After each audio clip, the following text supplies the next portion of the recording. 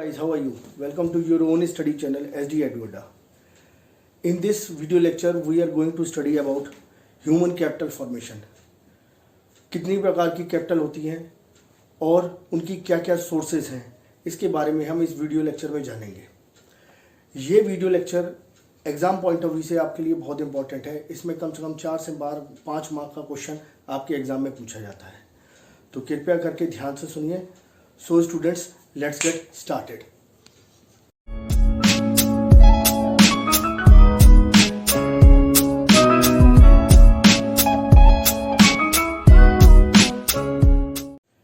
किसी भी देश की इकोनॉमिक डेवलपमेंट के लिए ह्यूमन रिसोर्सेज बहुत मैटर करती हैं. अगर हम कितनी भी land, buildings, furnitures, raw materials को डेवलप कर लें, अगर हमारे पास अच्छी ह्यूमन कैपिटल नहीं है, ह्यूमन रिसोर्सेज नहीं है, स्किल्ड बंदे नहीं हैं, एक्सपर्ट बंदे नहीं हैं, तो हम नेशन को डेवलप नहीं कर पाएंगे. अब आपने ये सुना होगा कि सर आप हमारे चैप्टर का नाम है ह्यूमन कैपिटल. हमने अभी तक अकाउंट्स में सुना था कि वर्किंग कैपिटल होती है, फिक्स कैपिटल होती है. तो ये कैपिटल क्या चीज़ है? ये कैपिटल यहाँ वो चीज़ नहीं है, the funds needed to carry out the business. हम कॉमर्स के स्टूडेंट ज़रूर हैं, पर हम इकोनॉमिक्स में जब हम कैपिटल की बात करेंगे तो हम 2 तरीके की कैपिटल की बात करेंगे. एक बात करेंगे हम फिजिकल कैपिटल की, एक बात करेंगे ह्यूमन कैपिटल की. अब हम फिजिकल कैपिटल की बात करते हैं तो फिजिकल मीन्स क्या? What do you mean by physical capital? Physical capital, it includes all those inputs which are required for the further production. सारे वो इनपुट्स जो हमें फर्दर प्रोडक्शन के लिए ज़रूरत पड़ते हैं, that is called physical capital. For example plant and machinery, factory buildings, raw materials etcetera, जिनको हम फर्दर प्रोसेस कर सकते हैं. ऐसे सारे इनपुट्स जो हमारे फर्दर प्रोडक्शन के काम में आते हैं. पर आप एक बात समझिए, क्या फैक्ट्री अपने आप बन सकती है? क्या रॉ मटेरियल का यूज़ हम अपने आप कर सकते हैं? क्या प्लांट एंड मशीनरी अपने आप चल सकती है? इसके लिए हमें किस चीज़ की ज़रूरत होती है? कुछ सोचिए. इसके लिए हमें इंसानों की ज़रूरत होती है. अब जब इंसान ही ये सब चीज़ चलाएंगे तो हमारी नेक्स्ट कैपिटल हो जाती है ह्यूमन कैपिटल. अब ह्यूमन कैपिटल क्या है? इंसानी रूपी कैपिटल क्या है? मानव रूपी कैपिटल क्या है? It refers to stock of skill, ability, expertise, education, knowledge embedded in the people. It refers to the stock of skill. हमें ह्यूमन बींग्स के अंदर स्किल्स को डेवलप करना है, एबिलिटीज़ को डेवलप करना है, उनकी एक्सपर्टाइज को डेवलप करना है, ताकि वो मोर एफिशिएंटली और इफेक्टिवली वर्क कर सकें, मैक्सिमम आउटपुट लगा सकें, प्रॉपर तरीके से प्लांट एंड मशीनरी का, फैक्ट्री बिल्डिंग्स का और रॉ मटेरियल्स का यूज़ कर सकें.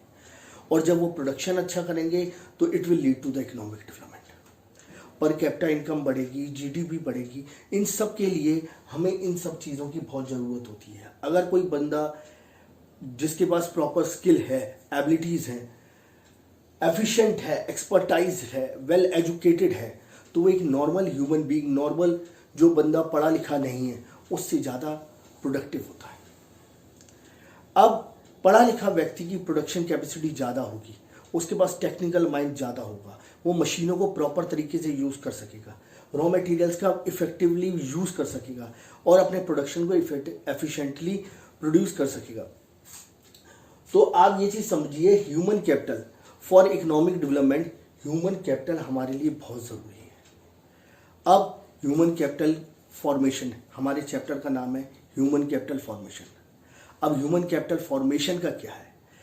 ह्यूमन तो मालूम है, इंसान तो है, उनकी एबिलिटी को, उनकी एक्सपर्टाइज को, उनको वेल एजुकेटेड करना, उनकी नॉलेज को बढ़ाना, that is called human capital formation. It refers to the development of abilities and skills among the population of the country. जितने भी व्यक्ति, कहते नहीं है पढ़ेगा इंडिया तो बढ़ेगा इंडिया, अगर जितना ज़्यादा पढ़ोगे उतना ज़्यादा आगे बढ़ोगे. तो आप ये चीज़ समझिए कि उनमें स्किल्स, एबिलिटीज़, एक्सपर्टाइज, उन्हें और एफिशिएंट बनाना, इन सब क्वालिटीज़ को उनके अंदर डेवलप करना, ताकि वो और ज़्यादा से ज़्यादा प्रोडक्टिव हो सके. आप एक नॉर्मल वर्कर को देखिए जो बिना पढ़ा लिखा है, और रियरली आपने ऐसा देखा होगा कि एक नॉर्मल जो पढ़ा लिखा नहीं है उसके पास टेक्निकल नॉलेज नहीं है, वो कई बार 100 में से 1% अच्छा वर्क करता है, बाकी 99% जो पढ़े लिखे व्यक्ति हैं, वेल एजुकेटेड बंदे हैं, उस चीज़ की डिग्री प्रॉपर लिए हुए हैं, वही वर्क एग्जैक्ट तरीके से कर सकते हैं। अब ये तो हो गई ह्यूमन कैपिटल फॉर्मेशन। अब इसकी ये कहाँ से डेवलप किए जाएंगे, कैसे डेवलप किए जाएंगे? अपने आप तो डेवलप नहीं होंगे। किसी चीज़ को भी डेवलप करने के लिए हमें कुछ ना कुछ तो करना पड़ता है।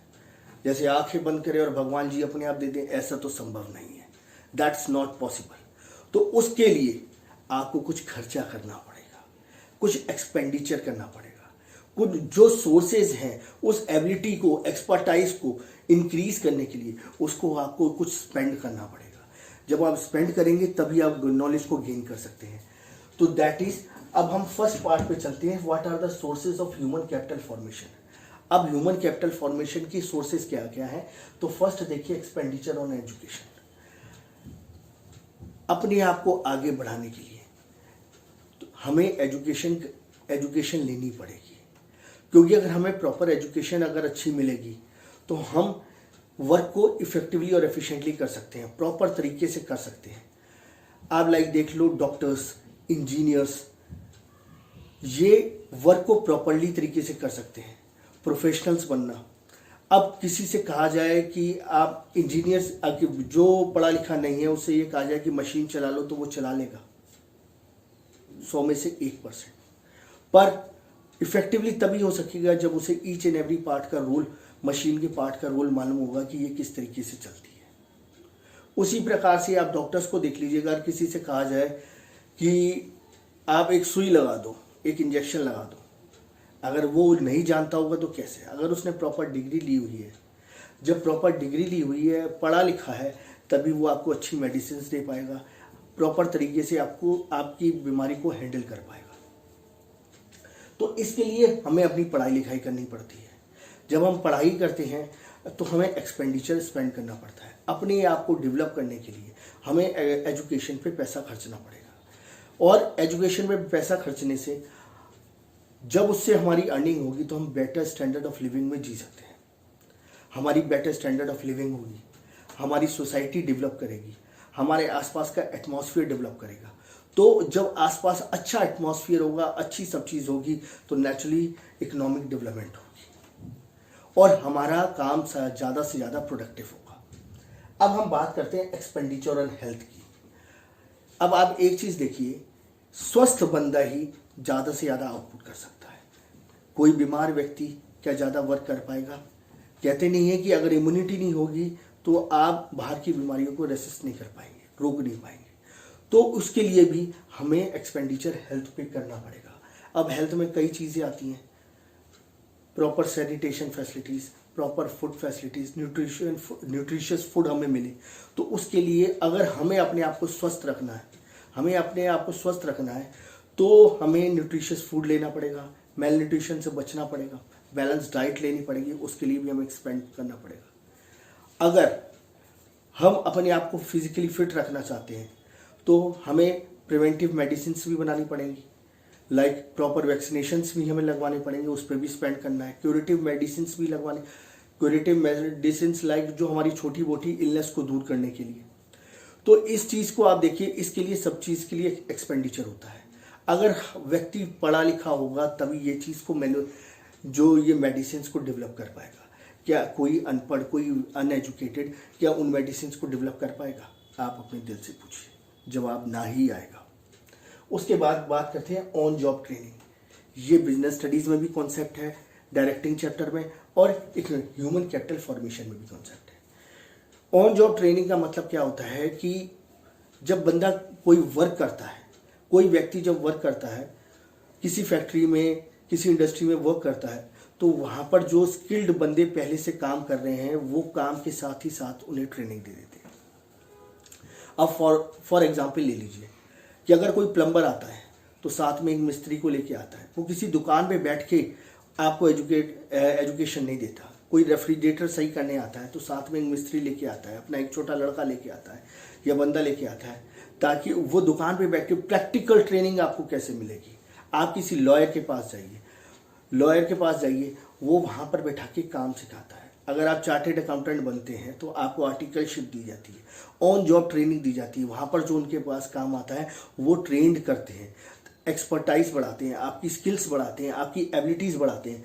जब आप एबिलिटी खुद आपकी एबिलिटी बढ़ जाएगी, आप खुद एक्सपर्ट हो जाओगे, तो आप और ज़्यादा अच्छी तरीके से वर्क कर पाओगे, अपना वर्क कर पाओगे, ज़्यादा से ज़्यादा प्रोडक्शन कर पाओगे। इससे पर कैपिटा इनकम भी बढ़ेगी, जीडीपी बढ़ेगी और हमारी नेशनल इनकम भी बढ़ेगी। और जब हमारी नेशनल इनकम बढ़ेगी दैट मीन्स हमारी इकोनॉमिक ग्रोथ भी होगी, हमारा स्टैंडर्ड ऑफ लिविंग भी बढ़ेगा। अब इसके बाद आ जाइए आप एक्सपेंडिचर ऑन माइग्रेशन। आपने एक चीज़ देखा हो कि कई छोटे शहरों में प्रॉपर कॉलेजेस अवेलेबल नहीं है, तो हमें कई बार अपनी एजुकेशन, हायर एजुकेशन के लिए बाहर जाना पड़ता है। गांव देहातों में जहाँ पर प्रॉपर एजुकेशन नहीं है, वहाँ के लोग यहाँ से वहाँ माइग्रेट करते हैं। माइग्रेट मीन्स पलायन, एक जगह से दूसरे स्थान पे जाना। तो एक्सपेंडिचर ऑन माइग्रेशन, कई बार हमें पढ़ने के लिए हमें बड़े शहरों में जाना पड़ता है और वहाँ पर हमें प्रॉपर एजुकेशन मिलती है, वहाँ पर लेटेस्ट हमें नॉलेज मिलती है, वहाँ पर हमें वर्क किस तरीके से वर्क करना है वहाँ पर और अच्छी तरीके से सिखाया जाता है, जो कि छोटे शहरों में नहीं होता, रूरल एरियाज़ में नहीं होता। अर्बन एरियाज़ में आप जाएंगे जहाँ पर इंडस्ट्रीज़ लगी हुई हैं, वहीं पे हम अपना सारा वर्क कर पाएंगे। फिर इसके लिए भी हमें खर्च करना पड़ेगा, कोई हम पैदल चल के तो नहीं जा सकते, हमें ट्रांसपोर्ट भी खर्चना पड़ेगा, ट्रांसपोर्टेशन पे भी खर्चना पड़ेगा। जहाँ पर हम वहाँ पर जाएंगे, दूसरे शहर में जाएंगे तो वहाँ कमरा भी किराए पे लेंगे या फ्लैट लेंगे, कुछ भी लेंगे, उस पर भी हमें एक्सपेंडिचर करना पड़ेगा। तो बात आप समझे, एक्सपेंडिचर ऑन माइग्रेशन। अगर हम बाहर पढ़ाई करने जाते हैं तो हमें नेचुरली स्पेंड करना पड़ेगा, वहाँ फूडिंग, लॉजिंग, हर चीज़ मेंटेन करके चलनी पड़ेगी, ट्रांसपोर्टेशन पे भी खर्च करना पड़ेगा। फिर उसके बाद आ जाते हैं एक्सपेंडिचर ऑन इंफॉर्मेशन।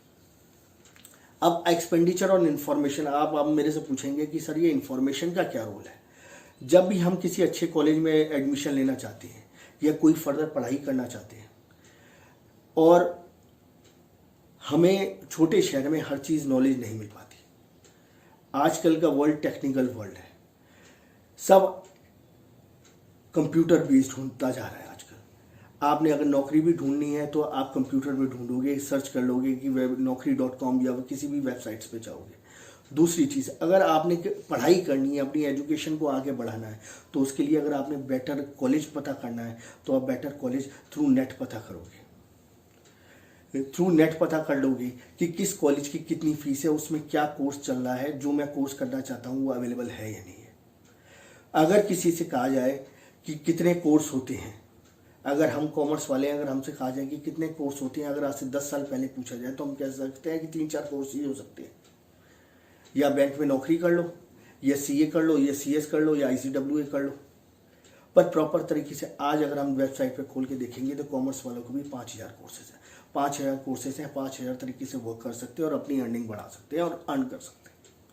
तो इसकी इंफॉर्मेशन हमें कहाँ से मिलेगी? आज जब इंफॉर्मेशन वाली बात करेंगे तो रिलेटेड टू कंप्यूटर्स आ जाएगा, रिलेटेड टू इंटरनेट आ जाएगा। तो आप ये समझ लीजिए, इसके लिए भी फ्री में तो कोई चीज़ नहीं मिलती, इसके लिए भी हमें एक्सपेंडिचर करना पड़ेगा। तो यहाँ तक आपने समझ लिया।